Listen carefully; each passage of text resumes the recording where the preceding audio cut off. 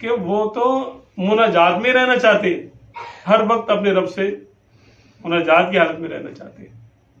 ان کی دنیا میں رہنے کا مقصد بھی یہی ہوتا ہے کہ ہم اس کے نام پر اس کی راہ میں تکلیفیں دیں، شو کریں کہ ہم کیا کر سکتے ہیں اس کے لیے. محبت میں ہم یہ بھی کر سکتے ہیں، ہم بھوکے میں رہ سکتے ہیں، ہم پیاسے میں رہ سکتے ہیں. صوفیہ کرام ہوتے ہیں بڑے بڑے، وہ مصیبتوں کو دل سے چاہتے ہو.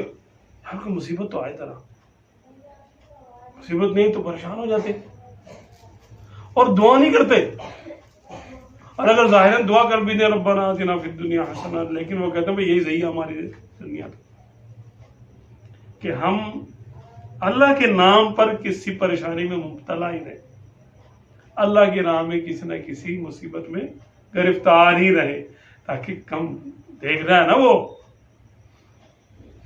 محبوب دیکھ رہا ہے کہ دیکھو میرا محب میرے نام پر کس مصیبت میں گرفتار ہے، اور رخ نہیں کرتا.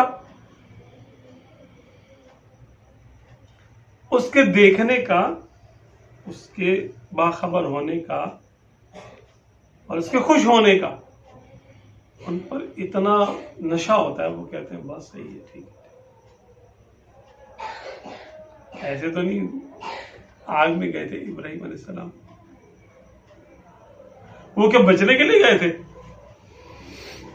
نہیں وہ مجھے نہیں کچھ بھی نہیں ہوگا، بچا لے گا مجھے.